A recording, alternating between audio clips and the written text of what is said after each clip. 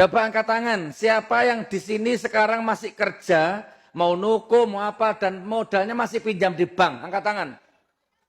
1, 2, 3, 4, 5, 6, 7, 8. Sudah? Oke, cukup pertanyaannya. Mau saya jawab yang saklek atau bertele-tele? Pinjam Qurannya. Saya bersumpah atas nama Al-Quran. Siapapun Anda, kalau Anda bisnis, kerja, kalau uangnya, modalnya masih pinjam di bank, demi Allah Anda nggak bisa sukses. Ini jawabannya tidak bertele-tele ini. Siapapun kerja, apapun kerjaannya, mau toko, mau dagang, kalau modalnya masih minjam di bank, Anda nggak akan sukses. Perhatikan, mau berapa tahun, mau 10 tahun, mau 20 tahun, mau 40 tahun. Anda hanya semakin minum air laut, semakin diminum semakin kering, semakin sakit tenggorokanmu. Riba itu bahaya dan modal dari bank itu riba. Bukan riba, mbahnya riba. Nah itu buktinya.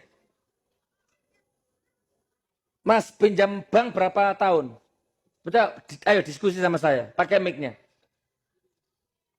Pinjam modal di bank berapa tahun? Kalau diruntut kurang lebih sudah 9 tahun lebih. 9 tahun. Ya. Selama 9 tahun apa? Beli mobil? Beli rumah? Beli villa? Beli mobil, beli rumah, punya aset tapi akhirnya habis. Nah, perhatikan.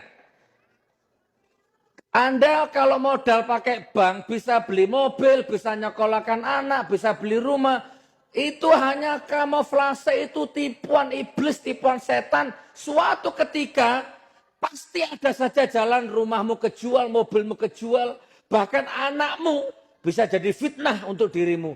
Karena kamu biayai pakai uangnya riba itu, sekolahnya. Saya nggak main-main kalau ini, serius saya. Sekali sakit, langsung untuk biaya pengobatannya nggak sembuh-sembuh sampai hartanya ludes. Itu pun nggak sembuh-sembuh. Jadi kalau mau saya jawab yang singkat dan tidak bertele-tele, jangan pernah kerja pakai uangnya bank. Tak kasih solusinya. Ada 3 atau 2 solusinya. Yang pertama, langsung diamputasi. Diamputasi itu bagaimana? Jual semua aset, lebih baik hidup miskin dari nol tapi nggak punya utang ke bank. Jual semua aset, tutupkan semua ribanya, hidup apa adanya dari awal. Yang kedua, dicicil pelan-pelan, rawat jalan. Iya, rawat jalan lah istilahnya ya, sambil diangsur. Tapi rawat jalan ini pun percuma, lebih baik amputasi Pak. Orang kalau punya modal pinjam di bank, perhatikan ya. Perhatikan, kalau orang kerja modalnya pinjam di bank, pertama, dia akan punya kecenderungan berbohong, berakting, bersandiwara. Pokoknya dia akan bersandiwara dengan apapun kalau orang modalnya dari bank. Yang kedua, orang ini tidak akan sukses dan orang ini selalu menyalahkan orang lain. Ciri-cirinya itu kalau modal di bank itu. Nanti tokonya sepi, siapa ya nyantet tokoku ya? Nanti kalau sakit, siapa ya nyantet aku ya? Kok bau menyan? Kok bau tikus? Kok bau kembang? Selalu mencari orang lain untuk disalahkan. Padahal sumbernya ada di dia sendiri. Berat loh Pak penyakit riba itu. Dosanya seperti menzinai ibu kandungmu sendiri. Ngeri, tapi sudah lunas. Alhamdulillah. Coba yang kerja, yang masih pinjam uang di bank, mohon maaf ya, nggak usah tersinggung ya. Pak, coba nanti tak kasih nomor handphone saya. Ada jutaan orang yang sudah hijrah dari modal bank. Sekarang semuanya sehat-sehat, sukses-sukses, makmur-makmur. Ini salah satunya. Satu contoh. Saya punya ribuan orang, kenalan. Awalnya modal di bank, sekarang ditinggalkan semua ribanya, hijrah dari riba, sekarang usahanya tambah berkah. Ini bahkan Cak Roto ini mantan riba ini. Sini Cak Roto, sini Cak Roto. Ya gak ngantuk aja sama itu. Iya, sama dulu mantan riba. Ceritakan singkat, jangan lama-lama. Berapa ribanya, dari tahun berapa, hasilnya apa? Ya, dari tahun 2008 sampai 2012, 2,7 miliar. Ya, kaya, pura-pura kaya karena riba. 28 ke 2008 sampai 2012 saja. berapa tahun itu? 4. 4 tahun ya. Punya utang ke bank berapa? 2,7. 2,7 miliar. Dipakai modal apa? Modal usaha. Dah, sekarang ceritakan pengalamannya. Jadi apa, dapat apa? Ya, dari awal utangnya cuma 50 juta. Terus usaha naik terus. 50, 100, 200, usaha makin meroket gitu. Omset saya penghasilan 30 sampai 60 juta bersih per bulan.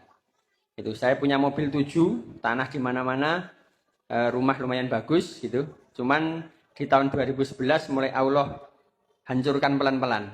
Sampai titik nadir saya dihutang 2,7 miliar, saya tidak bisa bayar. Nah, itu sampai stuck, nggak bisa.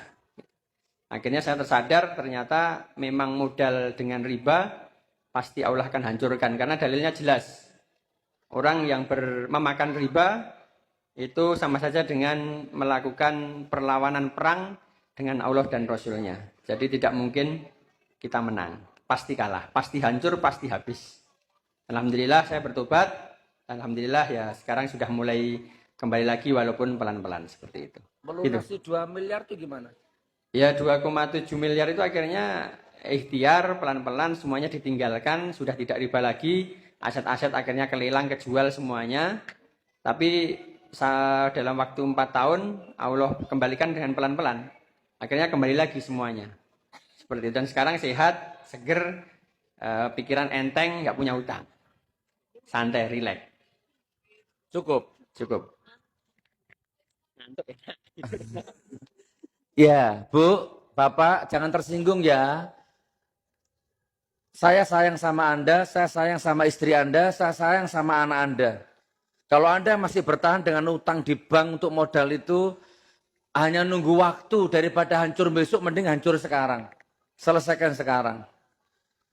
Mobil 7, rumah miliaran, terus itu hanya tipuan, nanti akan tiba semuanya hancur, cur-cur, nggak ada bekasnya. Belum dosanya. Ya Allah, mudah-mudahan orang-orang sini tidak lagi pinjam hutang riba untuk modal usahanya.